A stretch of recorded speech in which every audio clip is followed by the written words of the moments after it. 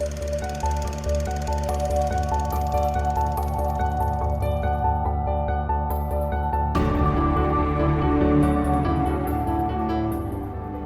I'm Sophie. Hi, I'm Paul. And we are SP Film Viewers.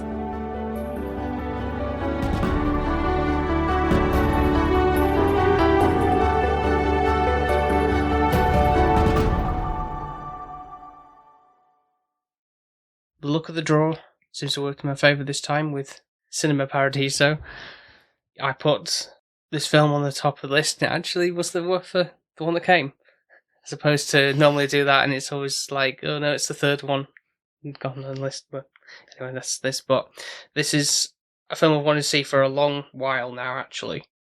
I don't know much about what I've kind of seen on, I guess, like, things of it on TV and stuff, or the only sort of reference I sort of kind of get from it, maybe two things, I think.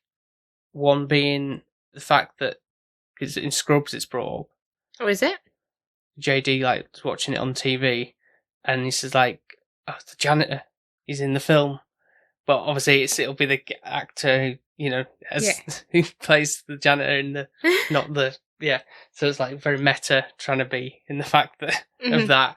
So that's all I know. I think that takes place on a train or something, I think. But he's like doing this like a gun. Don't say that, because every time we watch something on the train recently, I think we had like loads of episodes of trains, like, was that last year?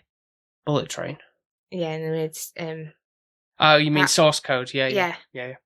I don't think it takes entirely place on. I think it's a fugitive, but I guess in different places. What even is this film about? Like, I actually don't know anything about it. I know nothing apart from you said it's got Harrison Ford. Yeah. Is it a young Harrison Ford? 1993. So that's I'll show you sort of a picture, sort of like. Oh, it's not like Indiana Jones. No. Not as dishy. I guess not. And it's an action thriller, fast paced. Yeah, he's good at that. So I'm hoping for a good performance for him. Yeah, seems pretty high positive scores on what Google says, Rotten Tomatoes and IMDb and stuff. What? Well, everyone only cares about what I think, really, Paul. So all these scores like don't mean a thing until I say. I know. If it's good or not.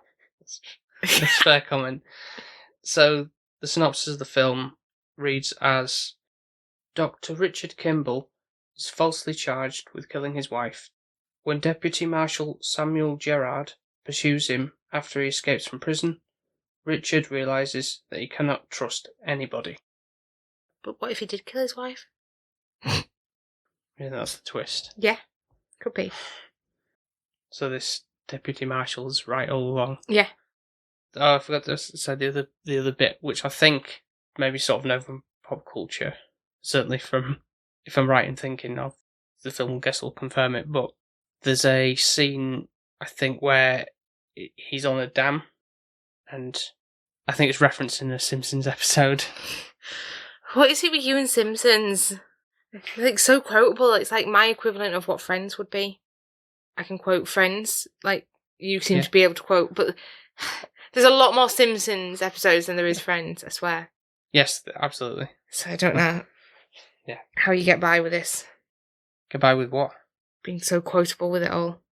Well, not so much quotable, just there's a lot of content. But the fact that you maintain it. Yeah, I know. Yeah. Anyway, let's see if that confirms it in this film. So, looking forward to it anyway. Hope it sort of lives up to expectations. So, be back in a bit with our thoughts.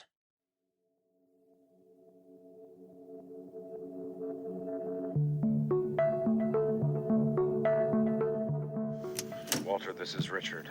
Richard, Jesus. Why did you run? Running only makes you look guilty. I wasn't worried about appearances, Walter. Tell me where you are so I can come meet you and you can turn yourself in. I'm not going to turn myself in. I need help. I need money. I might be crazy, but that train sounds like an L. St. Louis doesn't have an elevated train. How do you know it's an elevated train? I think he's right. I lived under an L for 20 years. No, well, then you can explain the difference in the sound of an elevated train as opposed to a train that's running along the ground. You must have ears like an eagle. Play that back. I want to hear the sound of an elevated train.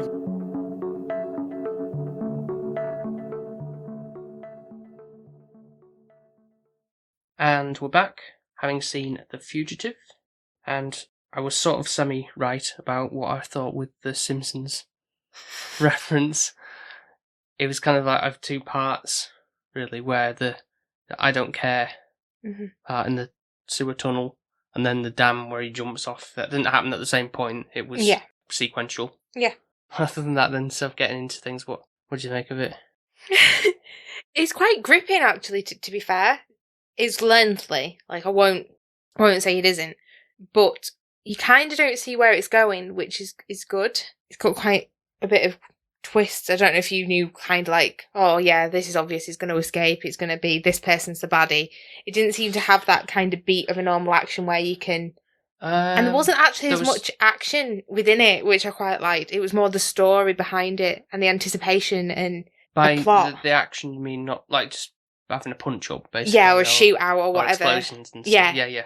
It's more on the run, basically. Yeah, and I think that's kind of my action kind of film. You enjoy that. That's sort of the cat and mouse element of it, between obviously chasing him down and pursuing him. Yeah, the but fugitive. Them doing it cleverly as well. So like Richard Kimball, and he's a doctor. He works in a hospital. He's quite intelligent, and I always think it's normally the case. Like, for example, when we watched Silence of the Lambs, you've got somebody very intelligent who actually did do something wrong, whereas like they assume because he's highly intelligent that he's capable of doing this, and he's quite clever, and he outwits the police a lot and the investigators on this, and I think that's what drives the driving force behind it, yeah, and makes you really think like the police really want to get him, because it must be so frustrating when every time you try and think, oh, I've nearly caught him, and you're like, oh no you haven't, and then he was still carrying on and on. But it just shows how well thought out everything was, but not in a point of where they're being stupid and shooting one another. It was cleverly done. And he never got to a point of where he was like a fight or flight moment. You could see him always thinking about, right, okay, what's the best thing to do? What should I be doing next? And how should I... Being strategic in how he goes about things. A lot of the times, there are a couple of close calls, but he still manages to avoid, like, one of the things being when the St. Patrick's Day parade. And it's kind of like, obviously, ducking in between the busy crowds, crowd and stuff. Gets away with pinching a hat, losing his coat. Even when he first comes out of prison, like that initial kind of like scene where he's like, oh, give me the keys, I'll help, your other policeman. And he even saves people throughout. So he's got a conscience in those. He's not just completely thinking of himself. No. In that, so that's good writing in that sense of having a character that's portrayed that way. I suppose, like you can sympathise with him, even though obviously it's pretty obvious that he's in the right. He's not done anything wrong. He's trying to clear his name and everything. So you're rooting for him in that sense anyway. But that extra level of care and commitment to other people. But I guess it interlinks with his job. Yeah.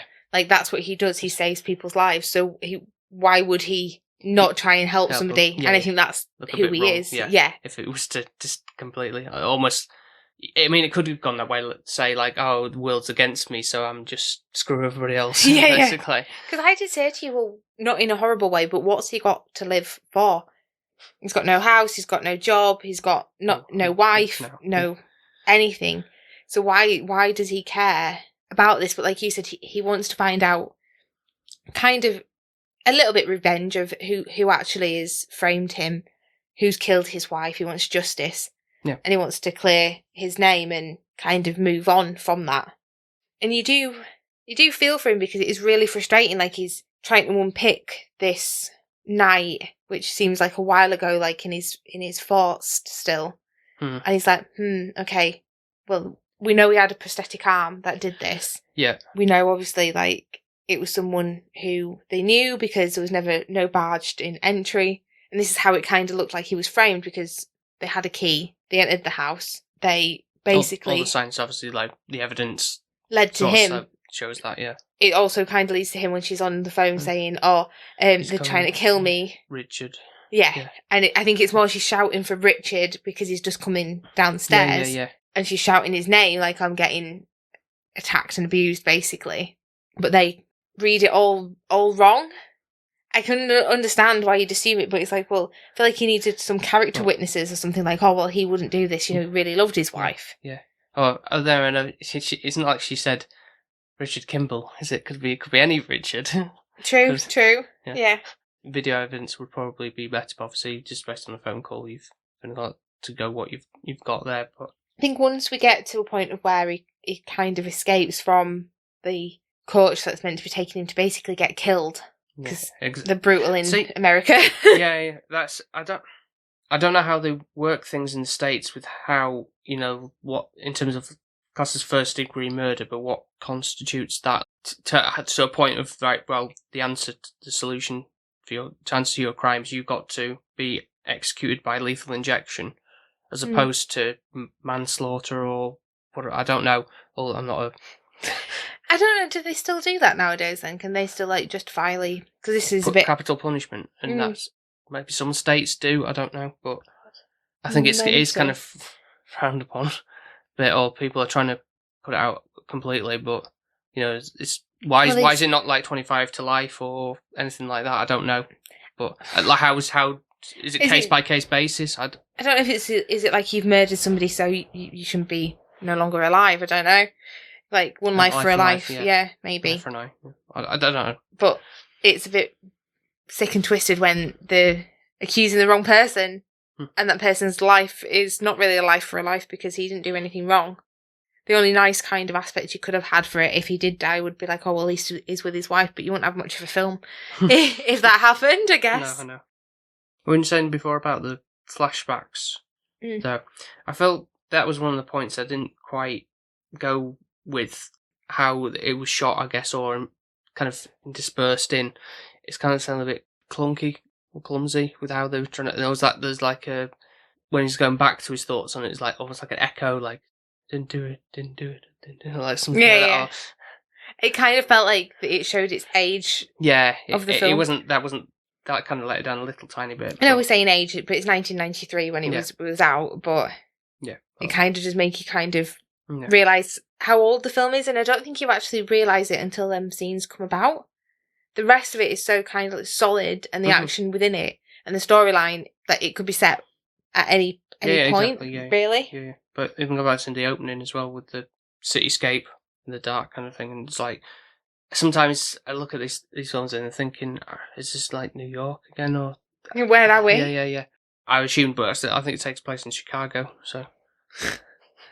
But and then with that, it's kind of got the cuts to the obviously like the slow-mo struggle that's panning across the cities. Like that's kind of cutting in between, like, oh, something's happening here, and obviously that's the setup for what's going on in the film. It's okay for how that was.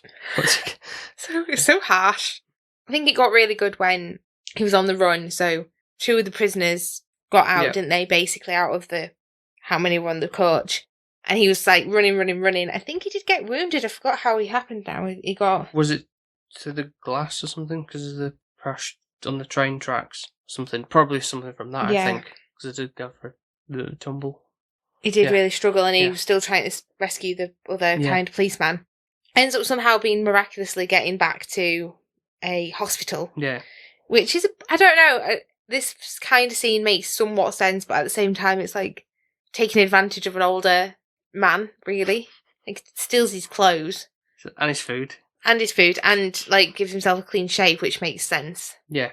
He's obviously trying to change his identity and not being, like, his jail clothes. Yeah, obviously. Steals an ambulance, which is, like, the biggest thing to steal and looks really obvious. Like, if you're saying it's an ambulance, it's easier to track than it is, like, a little car. Car or anything. When, like, you're playing, like, Grand Theft Auto or something, you'd... Get the shittiest car. Not, like, the nicest one. Yeah, well... Or just do that, jump in another car, whatever. Hide down the car. When somebody knows what car you've been in. Guess it's just what happened to be there, because obviously you had to get out and be on the move, basically. There was a really good scene, actually, with the tunnel. So, for example, he's in his ambulance. They're clocking it. They know where he is. They've figured it out, and they're like, right, okay, we're aware of him. Stop it with a big helicopter coming down. Yeah. Police cars and everything, and he's like, oh shit, what am I going to do? Where am I going to go? And you think, oh, this is it, what he's going to get back in prison and have to escape again. And then he kind of gets out of the car. They don't see him, and I think this is a bit where it's kind of really action packed, but at the same time a little bit comical, because like, how when you had so many police people, did you not see him just like sneaking behind and everything? It's like, or anybody else, like any like public people on both sides. How did that not get clocked? But obviously they figure out he's gone down in the drains. And that's where you get your Simpson. The dam. But when he jumps off the dam, though, as well, there's another thing that's... I guess, obviously, you're not actually going to chuck Harrison Ford off or any stuntman, but it does look like... I don't know if you noticed, it did look a bit like a rag doll, just falling... I didn't notice, down. actually, I It's just didn't. a bit comical. Obviously, it wasn't going like... it was just like... but, like, literally, they just took the doll off the dam. Really? I didn't notice. It looked like that way. I think I was too busy looking at, like, the scenery and obviously the cop. I forgot what his name is, but what's the actor's name? It's Tommy Lee Jones, and the character is Samuel Gerard. He plays a really good role. Yeah. I can't actually say he Yeah. doesn't within this. US Marshal Samuel Gerard. I think sometimes we've got Harrison Ford a little bit where he's like, I didn't do it. And his acting, I was a little bit like, oh, this is a bit weak, actually, for like... Do you think? Yeah, a little bit. But then he got better throughout. I think it was just like the over-dramatic acting side of it. I've not really seen that. Right. If that makes sense. He's normally like a cool Indiana Jones. Yeah. It's like, he's got the quick wit and stuff. Yeah, not looking like a frazzled kind struggle. of... Yeah. And it was a bit like, this isn't hitting as emotionally as right, okay. I thought I think it still could. does a good job overall for his Yeah. performance. Yeah. Overall, right. it does. It brilliant performance. But I still think Samuel Gerard, so you Tommy Lee Jones character, I think he's like slick all the way through. Yeah. through. He doesn't disappoint. He is his character from end to end. Mm-hmm. And I don't know, I actually really like him as a cop, to be fair, because even though he's wanting adamantly to get Kimball, he's like a dog with a bone, and he's literally going to throw helicopters, hound dogs, anything like police, man hours to get him. And at the same time, then he's like, but why is this person doing what they're doing?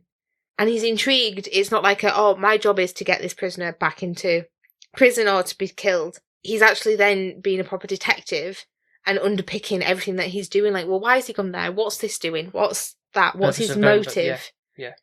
And I think that's where I kind of appreciate his character. Yeah, rather than just blindsided, going, we've got to get him at any cost, and everyone's like, no, but sir, we can't be doing that. It's like, I don't care. Yeah. Yeah. Aspect of it, and just... I'm in charge, so we'll do it my way.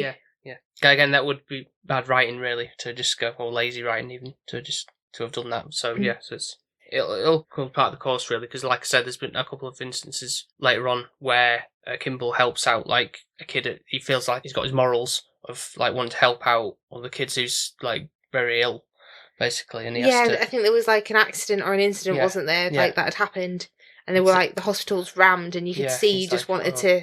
get out, but it's like, no, I want to help this kid, because, I'm a doctor at the end of the day, and I... straight away knew what was wrong with him by just looking at him, and could fix him, and it's like, well, I don't want him losing his life just because of my selfish needs. Exactly, so. I think there was another aspect of this. Obviously, his wife was very wealthy. Kimball's wife was, so... Therefore, it's like, you did it for the money. You did it for the insurance and all of that, and, were you her next to king, so... That old chestnut, Yeah. So it's like framed murder or whatever, basically. Which is kind of always a bit of a bittersweet, because, like, well, he's going through a lot. He's just lost his wife, and now he's being accused of killing his wife. Like, I don't know how you'd even feel about that. You haven't got me to solve your problems. So, like, you're like, oh, Sophie, what do I do? Oh, you're dead. Well, exactly. There's that, but I wouldn't be that thrilled about any of it, to be honest. I don't think you could get away with killing me, to be fair. I'd come and haunt you if you did. I'm sure you'd make that happen, yeah. I definitely would.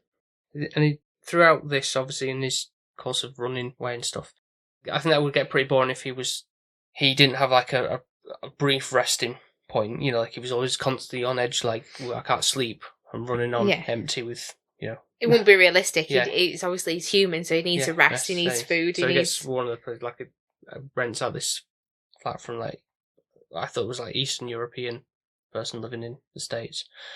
So there's, okay, thinking, right, this is like it's a safe house, basically, for him. Yeah. To think. But again, that's short-lived, but again, you've got to keep the plot moving and stuff, rather than just... But how he gets that is missing a bit, where he's got this friend in medicine. Lots of them, when the police are kind of investigating them, always say, no, he didn't kill his wife, and lots of people are saying that. You've got this one person who seems to be really, really good friends with Kimball, and even gives him money and don't want to grass him up or anything like that.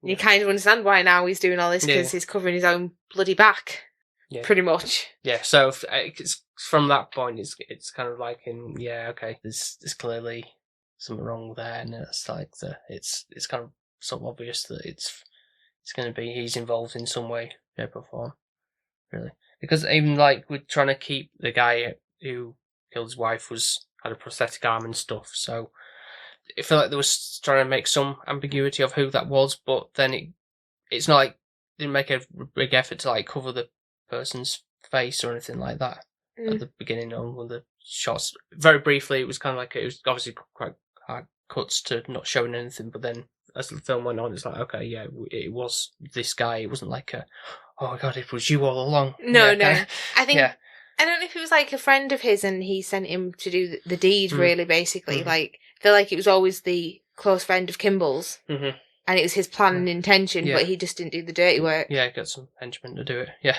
Yeah. Well, I don't know if it was a henchman because he was still in like pictures and such, weren't he? He was part of the science like background, but I think it's because Kimball he did things by the book, he did everything right. He didn't want a quick win, and his friend sadly did. He does actually have a close call as well with like this little safe house that he has, which is quite cleverly done because he's like, oh, there's the police coming. Yeah, you think it's there after him, but turns out I think the landlord has been busted for drugs, basically. The son of the landlord, or landlady, should we say? Yeah. So that's like, oh, okay, right, just a sort of throw curveball there as such, but then it's obviously now it's a hot spot because obviously, police aren't just going to be like walk away from that done and dusted. There's going to become an investigation of drugs, so it's like, I've got to move on now. So that moves the plot forward in that sense. And he seems to be able to get himself into a situation where it always helps him. So initially, I think he's going to like every prison. Oh no, initially he goes to be a janitor in the hospital, pretending to be cleaning, and does a search of Database, people with prosthetic arms. Yeah, it's mid-humerus replacement, man aged 30 to 35, I wrote down. And criminal record. Yeah. I think he got like literally 35 and then he like five people in the end. Yeah. So went to prisons trying to interview people and sort from like initially when he saw him coming down, like, yep, that's not you, right, I'm sorry, I've got to go. Then he finally finds out who is the actual killer. And I think it's clever because the way that he's doing it, the police are always on Kimball's tail, that actually he's showing the police the true story of what's happened. Yeah. As it develops, as he's discovering, like a detective, he's doing his own detective work. And by proxy, they are also. And they seem to be learning and shifting and thinking, right, okay, what's going on? What's the crack? Obviously, why is he so driven to do this? And then that kind of gives them the insight to think, oh, well, maybe they are trying to clear his name. And that's it, because of that, it's not I'm just running away and just hiding in a hole or something like that. There's purpose behind his actions. Like, like you're saying, like, why go to all this effort if you were trying to clear your name? You're innocent, so it makes sense. And like the whole thing with when they like trace the call aspect from when he's talking to his lawyer, and it's like they're picking up where's he located. There's all those sounds that are in the background, and there's the bells and there's the L train. Thinking, what does that mean? But they do explain that L mean elevated. Yeah.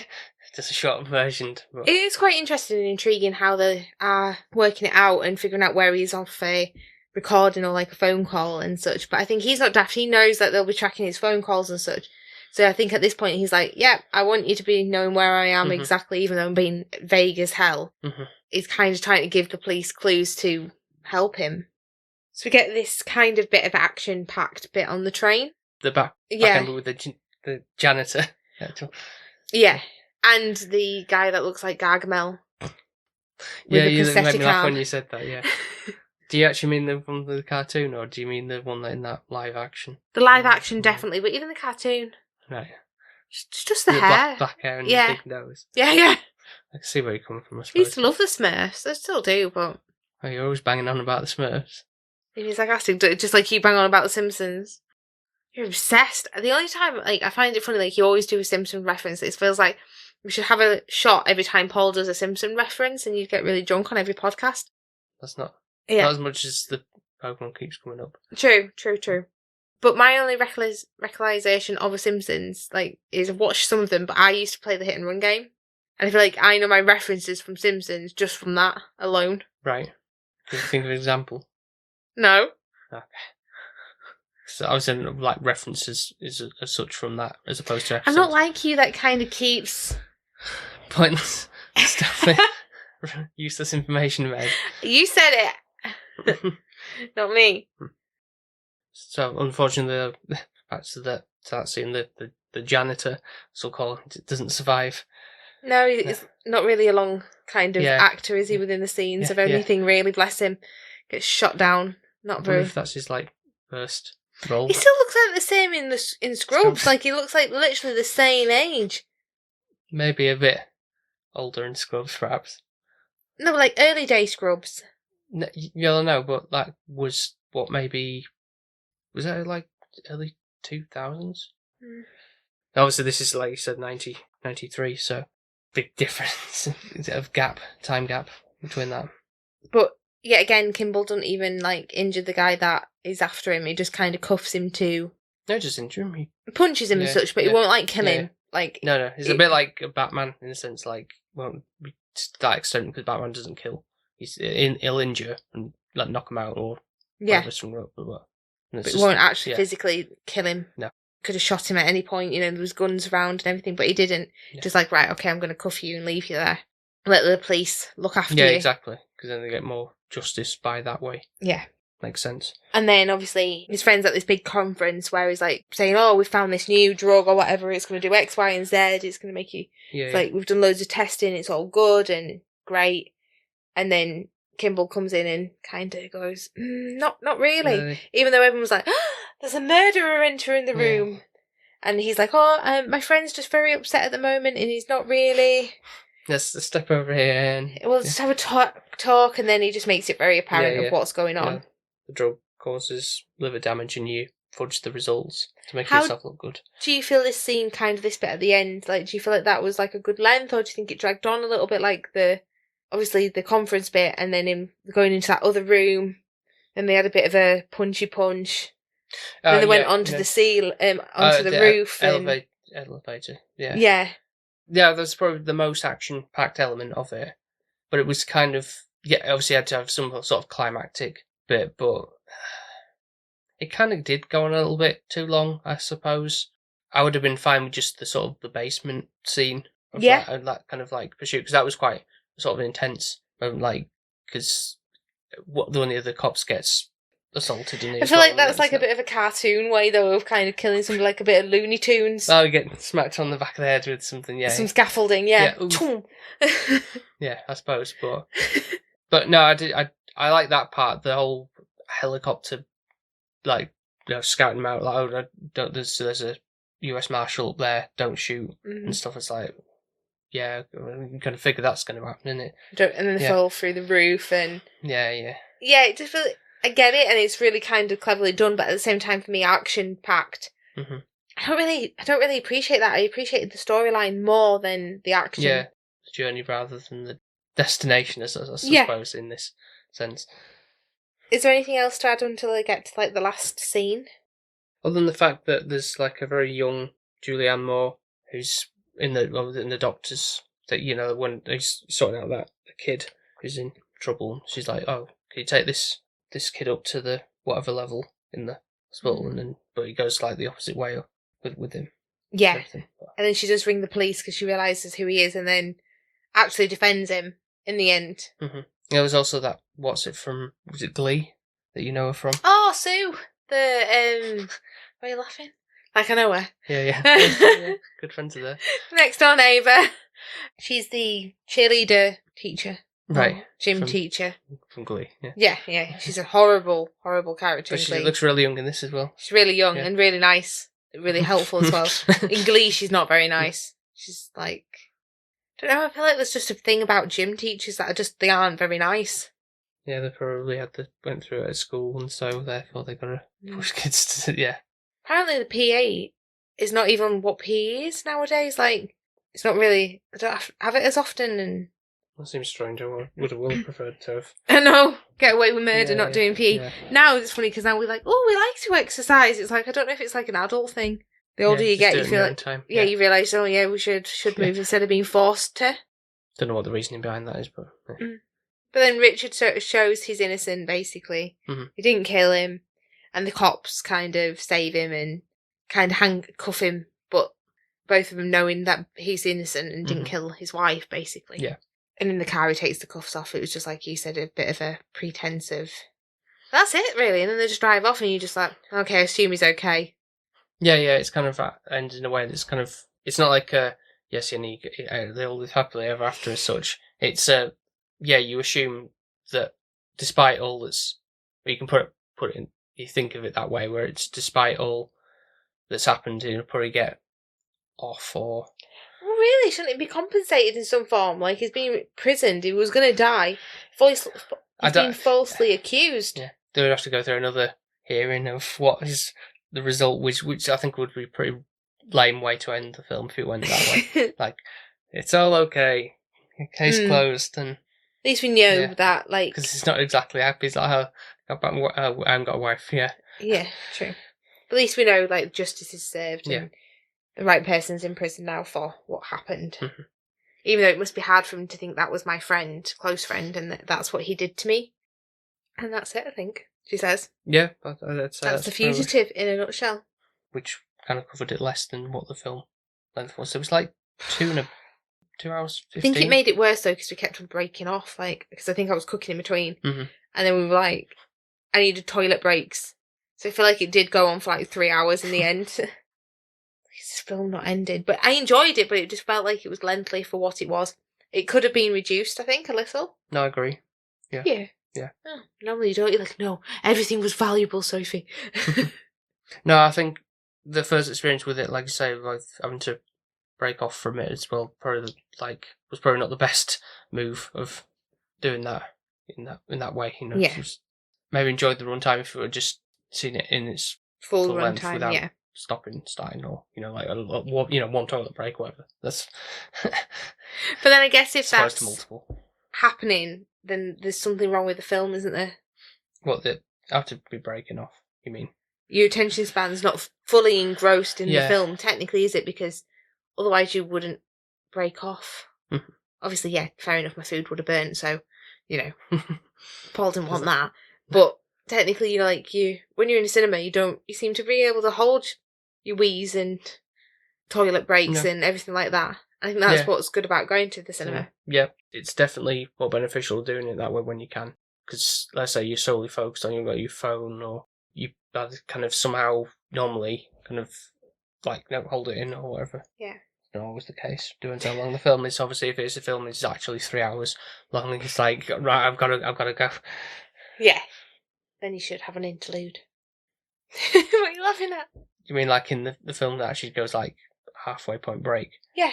Like when you're watching a show. I think that's only happened, not off topic here, but with Lord of the Rings, I saw on the cinema. Had an interlude. Yeah, generally the first one. I'm sure we watched a film and it did say an interlude in it as well. Oh, there was Seven Samurai. Was it? Yeah, but obviously that was like 4 hours. Never again, Paul, do that to me on like a birthday special. I think that was acceptable because it was COVID and we didn't have any other plans, and we watched like 4 films or 3 films in one day. Mm-hmm. And I was like, especially because that one's so long, it was like 4 hours. Mm-hmm. I think we started at 9 o'clock in the morning and it was like, it's a gorgeous day as well. I don't know. I feel like I couldn't justify sat there. Because it was COVID time, so... Yeah. But I think we could go on more than one walk at that point. Like a 1 walk a day, was it? I don't know, I can't remember.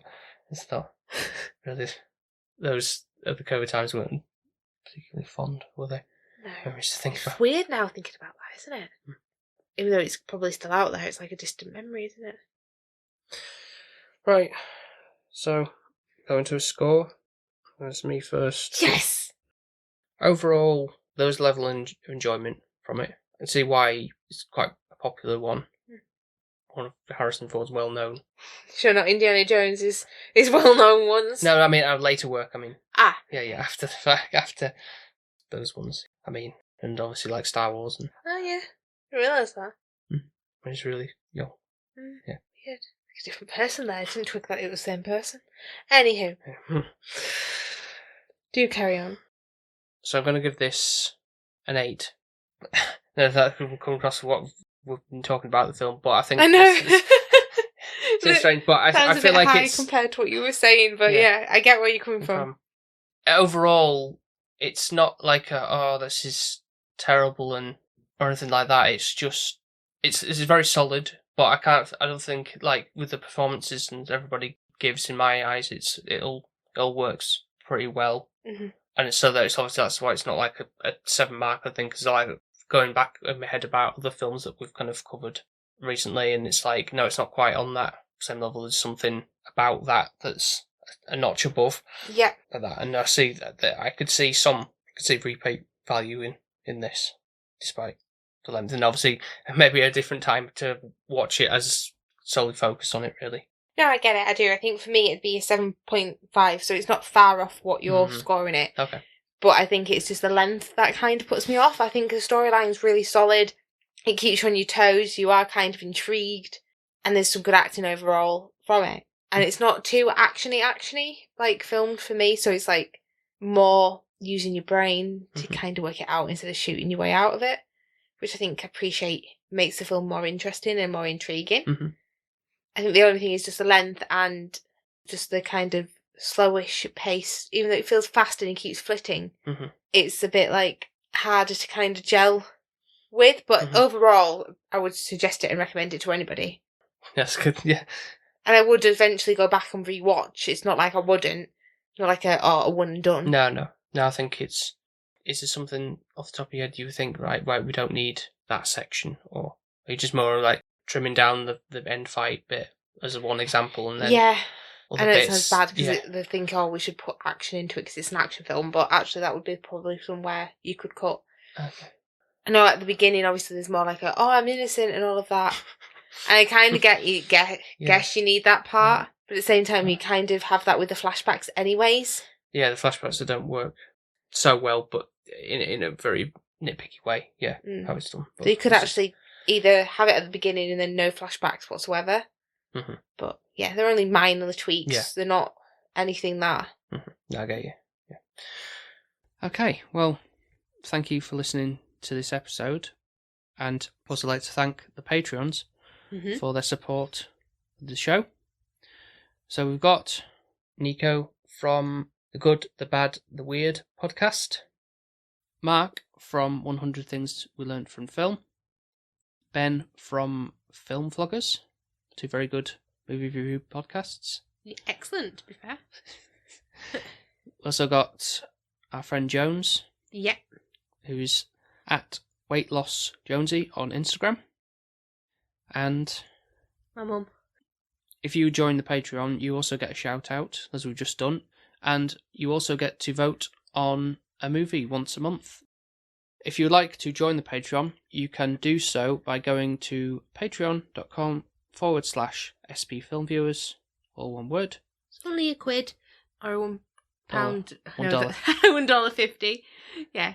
So if you do want to and you've got a spare 25p a week and you think we're a good cause, then by all means. If you would like to check out some of our other episodes, of course, you can do so over on Apple Podcasts, Spotify, Podbean, and wherever else you get your podcasts from. We've also, if you haven't followed us on social media, we have got some social media pages that you can stalk us on. So we're on TikTok, Instagram, Twitter, under the handle SP_film viewers. So hit that like button, comment, do all that jazz. Absolutely. And if you'd like to leave us a 5-star review, you can do so over on Apple Podcasts, Podchaser, and wherever else they do the scoring system. So thank you very much for listening, and we will speak to you next time. Speak to you next time. Bye now. Bye. Bye. Bye. Bye. Bye. Bye.